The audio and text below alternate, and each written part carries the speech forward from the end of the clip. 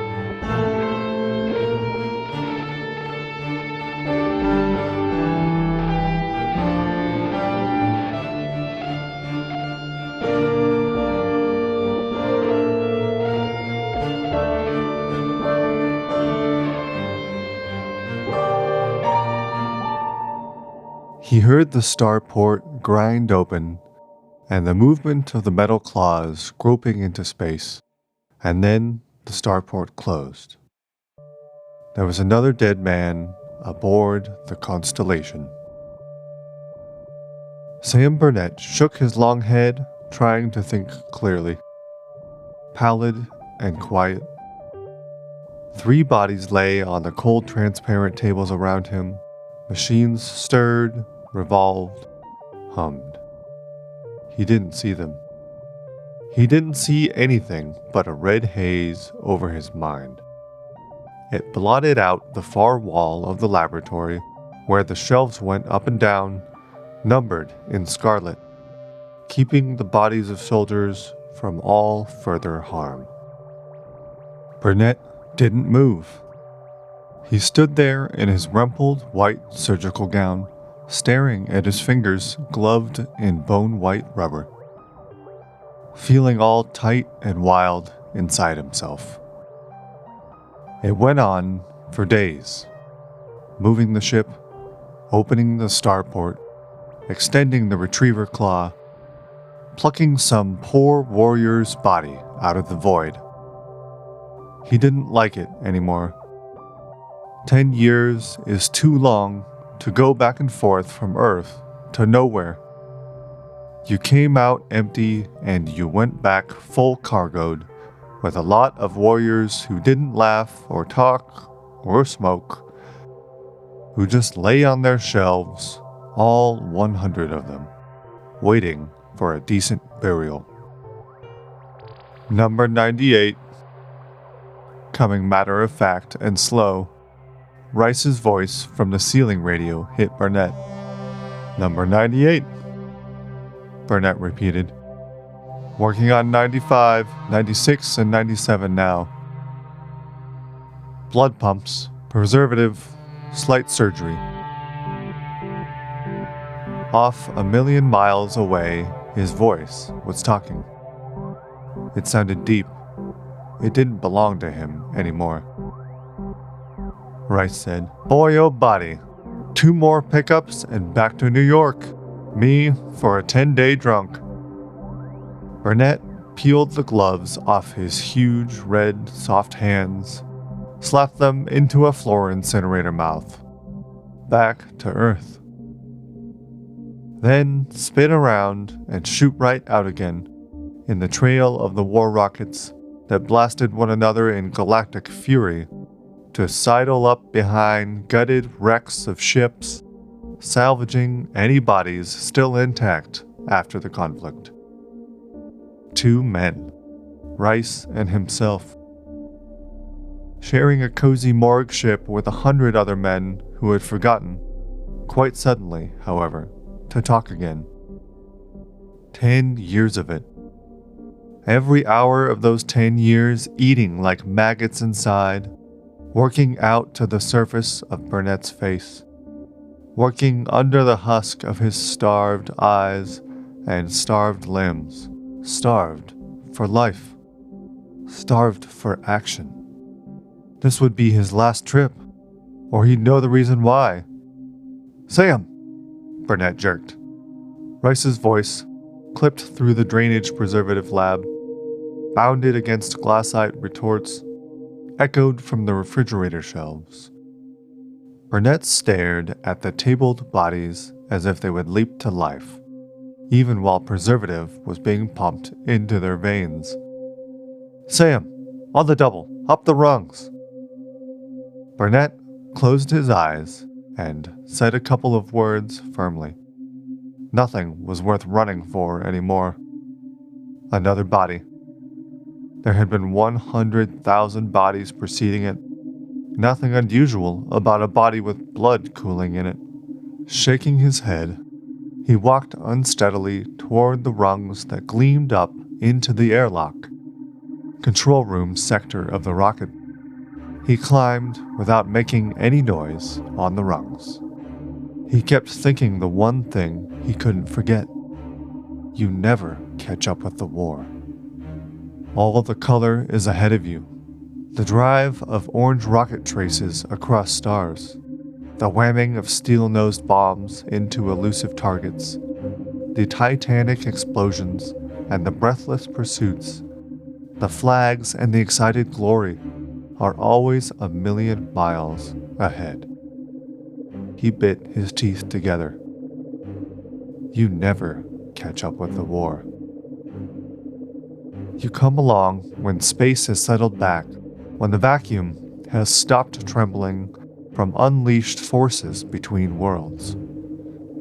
You come along in the dark quiet of death to find the wreckage plunging with all the fury of its original acceleration in no particular direction. You can only see it.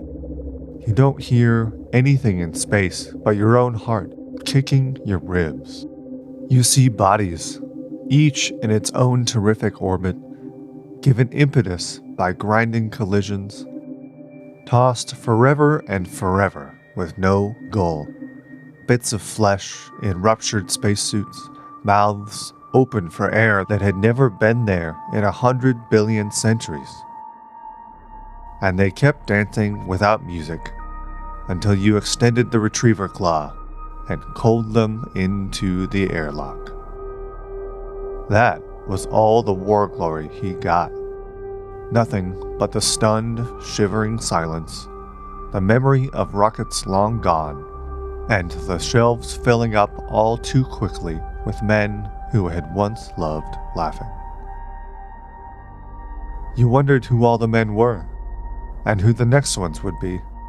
After 10 years, you made yourself blind to them. You went around doing your job with mechanical hands. But even a machine breaks down. "Sam!" Rice turned swiftly as Burnett dragged himself up the ladder, red and warm. Rice's face hovered over the body of a sprawled enemy official. "Take a look at this." Burnett caught his breath. His eyes narrowed. There was something wrong with the body. His experienced glance knew that. He didn't know what it was. Maybe it was because the body looked a little too dead. Burnett didn't say anything, but he climbed the rest of the way, stood quietly in the gray metal airlock. The enemy official was as delicately made as a fine white spider. Eyelids, closed, were faintly blue. The hair was thin silken strands of pale gold, waved and pressed close to a veined skull. Where the thin-lipped mouth fell open, a cluster of needle-tipped teeth glittered. The fragile body was enclosed completely in a milk-pale synthosilk, a holstered gun at the middle. Burnett rubbed his jaw. Well? Rice exploded. His eyes were hot in his young, sharp-cut face, hot and black. Good Lord, Sam, do you know who this is? Burnett scowled uneasily and said no. It's Letha, Rice retorted. Burnett said, Letha? And then, oh yes, Career's major domo, is that right? Don't say it calm, Sam. Say it big. Say it big. If Letha's here in space, then Career's not far away from him. Burnett shrugged. More bodies. More people. More war. What the hell? What the hell? He was tired. Talk about bodies and rulers to someone else. Rice grabbed him by the shoulders. Snap out of it, Sam. Think. Career. The Almighty in our territory? His right-hand man dead? That means Career was in an accident too. Sam opened his thin lips, and the words fell out all by themselves. Look, Rice, you're new at this game. I've been at it ever since the Venus-Earth mess started. It's been seesawing, back and forth, since the day you played hooky in the 10th grade. And I've been in the thick of it. When there's nothing left but seared memories, I'll be prowling through the void, picking up warriors, and taking them back to the good green earth. Grisly, yes, but it's routine. As for Career, if he's anywhere around, he's smart. Every precaution is taken to protect that one. But Letha, his body must mean something. And if it does, have we got guns aboard this Morgue ship? Are we a battle cruiser to go against him? We'll radio for help? Yeah. If there's a warship within our radio range, 700,000 miles, we'll get it. Unfortunately, the tide of battle has swept out past Earth in a new war concerning Io. That's out, Rice. Rice stood about 3 inches below Sam Burnett's 6'1". Jaw hard and determined, he stared at Sam, a funny light in his eyes. His fingers twitched all by themselves at his sides. His mouth twisted. You're one hell of a patriot, Sam Burnett. Burnett reached out with one long finger, tapped it quietly on Rice's barrel chest. Haul a cargo of corpses for 3,000 nights and days, and see how patriotic you feel. All those fine, muscled lads, bloated and crushed by space pressures and heat blasts. Fine lads who started out smiling and get the smile burned off down to the bone. Burnett swallowed and didn't say anything more, but he closed his eyes. He stood there, smelling the death odor in the hot air of the ship, hearing the chug chug chug of the blood pumps down below, and his own heart waiting warm and heavy at the base of his throat. This is my last cargo, Rice. I can't take it any longer. And I don't care much how I go back to Earth. This Venusian here, what's his name? Letha. He's number 98. Shove me into shelf 99 beside him and get the hell home. That's how I feel. Rice was going to say something, but he didn't have time. Letha was alive. He rose from the floor with slow, easy movements, almost like a dream. He didn't say anything. The heat blast in his white fingers did all the necessary talking. He didn't say anything either, but Burnett knew what language it would use if it had to. Burnett swallowed hard. The body had looked funny, too dead. Now he knew why. Involuntarily, Burnett moved forward. Letha moved like a pale spider, flicking his fragile arm to cover Burnett, the gun in it like a dead, cold star. Rice sucked in his breath. Burnett forced himself to take it easy. From the corners of his eyes, he saw Rice's expression go deep and tight, biting lines into his sharp face. Rice got it out finally. "How'd you do it?" he demanded bitterly. "How'd you live in the void? It's impossible." A crazy thought came ramming down and exploded in Burnett's head. You never catch up with the war. But what if the war catches up with you? What in hell would Lethla be wanting aboard a morgue ship?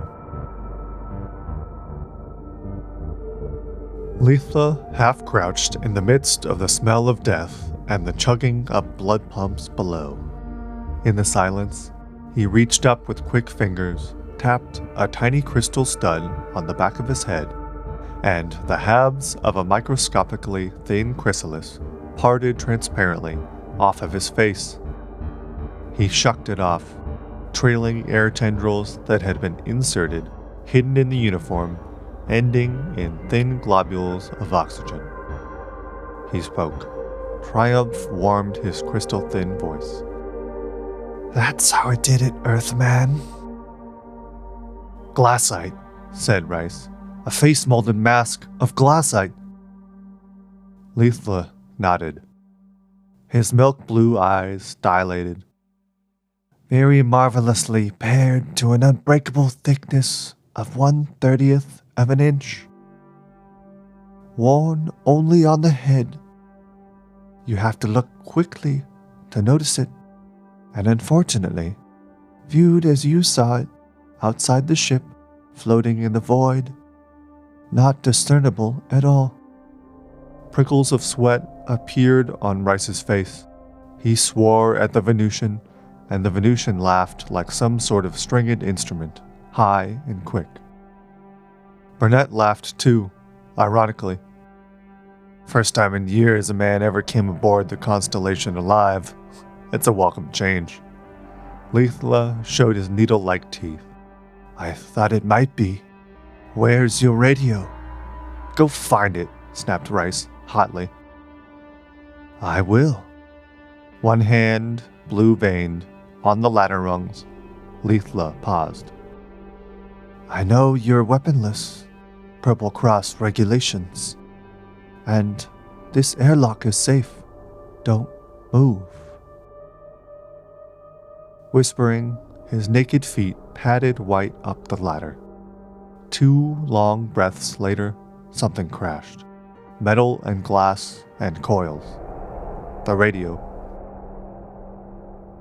Burnett put his shoulder blades against the wall metal, looking at his feet. When he glanced up, Rice's fresh, animated face was spoiled by the new bitterness in it. Lethla came down, like a breath of air on the rungs. He smiled. "That's better. Now, we can talk." Rice said it slow. "Interplanetary law declares it straight, Lethla. Get out. Only dead men belong here." Lethla's gun grip tightened. "More talk of that nature, and only dead men there will be." He blinked. "But first, we must rescue Greer." "Greer!" Rice acted as if he had been hit in the jaw. Burnett moved his tongue back and forth on his lips silently, his eyes lidded, listening to the two of them as if they were a radio drama. Lethla's voice came next. "Rather unfortunately, yes. He's still alive, headed toward Venus at an orbital velocity of 2,000 mph, wearing one of these air chrysali. Enough air for 2 more hours. Our flagship was attacked unexpectedly yesterday near Mars. We were forced to take the lifeboats, scattering, Greer and I in one, the others sacrificing their lives to cover our escape. We were lucky. We got through the Earth cordon unseen, but luck can't last forever. We saw your Morgue ship an hour ago. It's a long, long way to Venus. We were running out of fuel, food, water. Radio was broken. Capture was certain. You were coming our way. We took the chance. We set a small time bomb to destroy the life rocket and cast off, wearing our chrysalide helmets. It was the first time we had ever tried using them to trick anyone. We knew you wouldn't know we were alive until it was too late and we controlled your ship.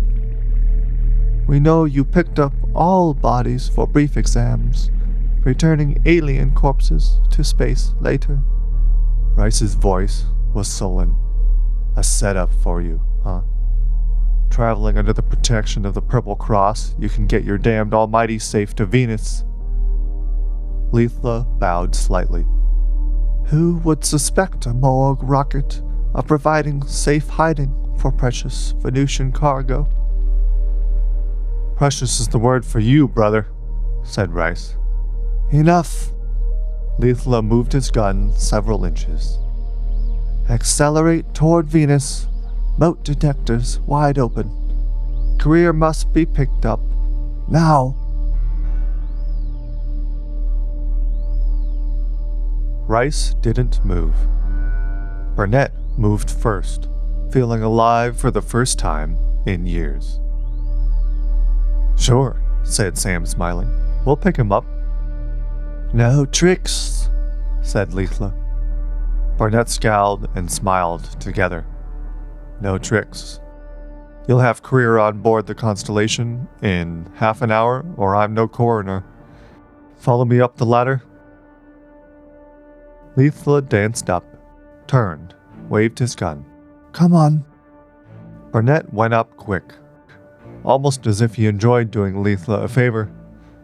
Rice grumbled and cursed after him. On the way up, Burnett thought about it. About Lethla poised like a white feather at the top, holding death in his hand. You never knew whose body would come in through the starport next. Number 98 was Lethla. Number 99 would be Career. There were 2 shelves, numbered and empty. They should be filled. And what more proper than that Career and Lethla should fill them? But he chewed his lip. That would need a bit of doing. And even then, the cargo wouldn't be full. Still one more body to get 100. And you never knew who it would be. He came out of the quick slots when he looped his long leg over the hull rim, stepped up, faced Lethla in a cramped control room that was one glittering swirl of silver levers, audio plates, and visuals. Chronometers clicking told of the steady dropping toward the sun at a slow pace. Burnett set his teeth together, bone against bone. Help Career escape? See him safely to Venus and then be freed? Sounded easy, wouldn't be hard. Venusians weren't blind with malice. Rice and he could come out alive, if they cooperated. But there were a lot of warriors sleeping on a lot of numbered shelves in the dim corridors of the long years. And their dead lips were stirring to life in Burnett's ears. Not so easily could they be ignored. You may never catch up with the war again. The last trip. Yes, this could be it. Capture Career and end the war. But what ridiculous fantasy was it made him believe he could actually do it? 2 muscles moved on Burnett, one in each long cheek. The sag in his body vanished as he tautened his spine, flexed his lean sinewed arms, wet thin lips. Now where do you want this crate? He asked Lethla easily. Lethla exhaled softly. Cooperation. I like it. You're wise, Earthman. Very, said Burnett. He was thinking about 3,000 eternal nights of young bodies being ripped, slaughtered, flung to the vacuum tides. 10 years of hating a job and hoping that someday there would be a last trip and it would all be over. Burnett laughed through his nose. Controls moved under his fingers like fluid, loved, caressed, tended by his familiar touching. Looking ahead, he squinted. There's your ruler now, Lethla, doing somersaults. Looks dead. A good trick. Cut power. We don't want to burn him. Burnett cut. Greer's milky face floated dreamily into a visual screen. Eyes sealed, lips gaping, hands sagging, clutching emptily at the stars. We're about 50 miles from him, catching up. Burnett turned to Lethla with an intense scowl. Funny. This was the first and the last time anybody would ever board the Constellation alive. His stomach went flat, tautened with sudden, weakening fear. If Career could be captured, that meant the end of the war. And the end of shelves stacked with sleeping warriors, the end of this blind searching. Career, then, had to be taken aboard. After that, Career, the Almighty, at whose behest all space had quivered like a smitten gong for part of a century. Career revolving in his neat water blue uniform, emblems shining gold. Heat gun tucked in glossy jet holster. With Career aboard, chances of overcoming him would be eliminated. Now, Rice and Burnett against Lethla. Lethla favored because of his gun. Career would make odds impossible. Something had to be done before Career came in. Lethla had to be yanked off guard, shocked, bewildered, fooled. Somehow. But how? Burnett's jaw froze tight. He could feel a spot on his shoulder blade where Lethla would send a bullet crashing into rib, sinew, artery, heart. There was a way, and there was a weapon. And the war would be over, and this would be the last trip. Sweat covered his palms in a nervous smear. Steady, Rice, he said, matter-of-factly. With the rockets cut, there was too much silence, and his voice sounded guilty, standing up alone in the center of that silence. Take controls, Rice. I'll manipulate the starport. Burnett slipped from the control console. Rice replaced him grimly. Burnett strode to the next console of levers. That spot on his back kept aching, like it was sear-branded X. For the place where the bullet sings and rips. And if you turn quick, catching it in the arm first, why? Career loomed bigger, a white spider delicately dancing on a web of stars. His eyes flicked open behind the glass-eyed sheath and saw the constellation. Career smiled. His hands came up. He knew he was about to be rescued. Burnett smiled right back at him. What Career didn't know was that he was about to end a 10 years war. There was only one way of drawing Lethla off guard, and it had to be fast. Burnett jabbed a purple-topped stud. The starport clashed open as it had done 1,000 times before, but for the first time, it was a good sound. And out of the starport, at Sam Burnett's easily fingered directions, slid the long, claw-like mechanism that picked up bodies from space. Lethla watched, intent and cold and quiet. The gun was cold and quiet, too. The claw glided toward Career without a sound now, dreamlike in its slowness. It reached Career. Burnett inhaled a deep breath. The metal claw cuddled Career in its shiny palm.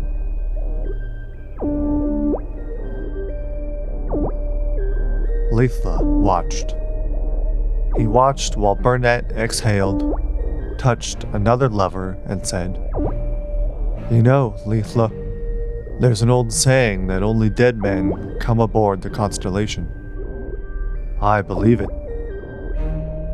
And the claw closed as Burnett spoke, closed slowly and certainly, all around Career, crushing him into a ridiculous posture of silence. There was blood running on the claw, and the only recognizable part was the head, which was carefully preserved for identification. That was the only way to draw Leithla off guard. Burnett spun about and leaped. The horror on Leithla's face didn't go away as he fired his gun. Rice came in fighting too, but not before something like a red-hot ramrod stabbed Sam Burnett, catching him in the ribs, spinning him back like a drunken idiot to fall in a corner. Fists made blunt flesh noises. Leithla went down, weaponless and screaming. Rice kicked. After a while, Leithla quit screaming, and the room swam around in Burnett's eyes, and he closed them tight and started laughing. He didn't finish laughing for maybe 10 minutes. He heard the retriever claws come inside, and the starport grind shut. Out of the red darkness, Rice's voice came, and then he could see Rice's young face over him. Burnett groaned. Rice said, "Sam, you shouldn't have done it. You shouldn't have, Sam."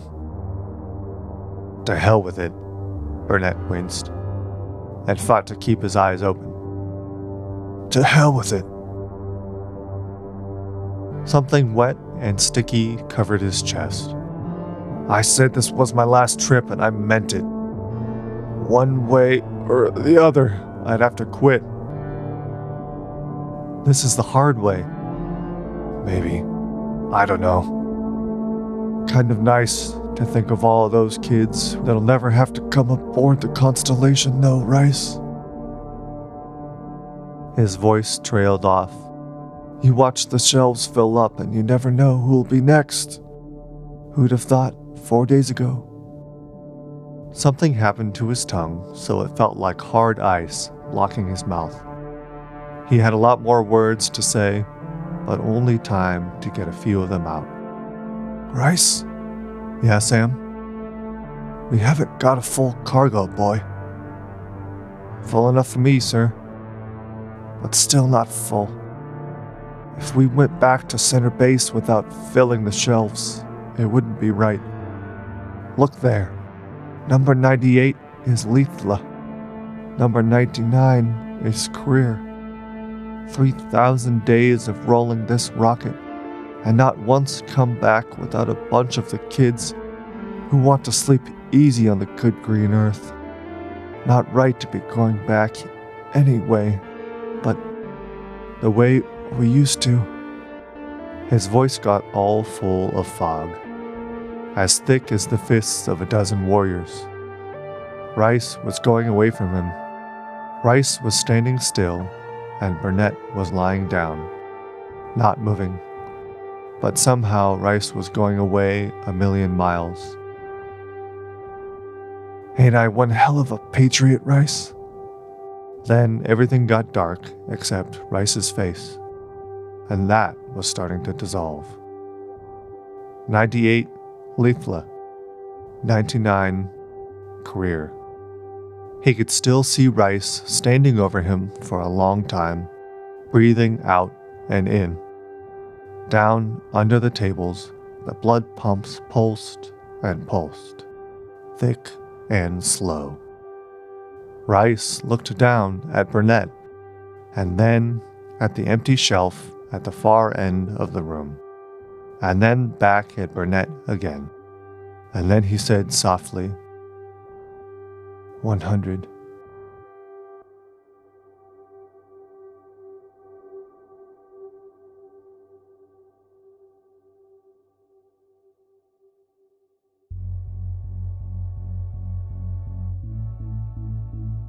Thanks for listening to another episode of Storywave.